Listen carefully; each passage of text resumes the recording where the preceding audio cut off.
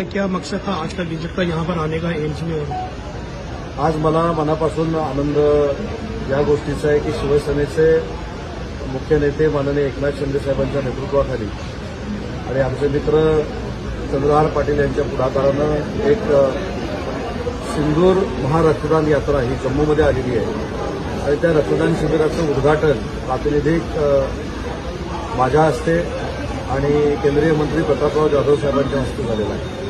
मी सर्वप्रथम एम्स हॉस्पिटलमध्ये तुमच्याशी वार्तालाप करतोय। त्या एम्स हॉस्पिटलचे एम्स मेडिकल कॉलेजचे प्रमुख माझ्यासोबत इथे शक्ती सर उपस्थित आहेत। त्यांना हे मनापासून धन्यवाद देतो की त्यांनी ही संधी आम्हाला प्राप्त करून दिली आणि ज्या ज्या पैलवानांनी आज रक्तदान केलंय, जे रक्तवीर आहेत, त्यांना देखील मनापासून धन्यवाद देतो की शिवसेनेचं नाव जगभरामध्ये या उपक्रमातून नेण्याचा प्रयत्न आमच्या शिवसैनिकांनी केला। देशातली ही महारक्तदान यात्रा ही पहिली अशी महारक्तदान यात्रा आहे जी 60 तास प्रवास करून जम्मूमध्ये आली।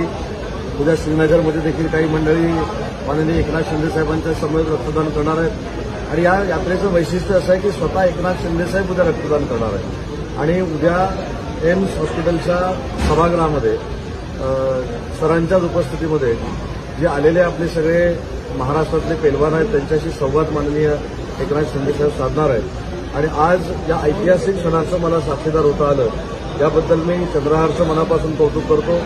मला इथे पाठवणाऱ्या एकनाथ शिंदे साहेबांचा देखील आभार मानतो आणि ज्यांनी ज्यांनी रक्तदान केलं त्यांचं मनापासून महाराष्ट्राच्या वतीनं सैनिकांसाठी केलेल्या रक्तदानाबद्दल रक्तवीर म्हणून मी अभिनंदन देखील करतो आणि आभार देखील मानतो।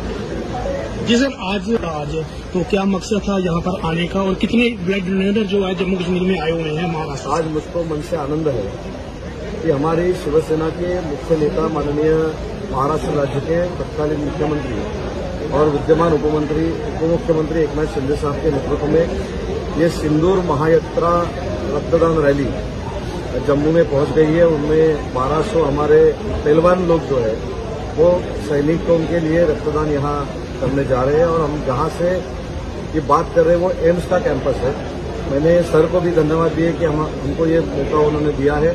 कल यही कैंपस में माननीय हमारे उप मुख्यमंत्री एकनाथ शिंदे साहब यहाँ आएंगे, वो भी ये कैंपस देखेंगे और यहाँ से बहुत कुछ अच्छी अच्छी बातें हमने सीखी है जो हम महाराष्ट्र में लेके जाएंगे।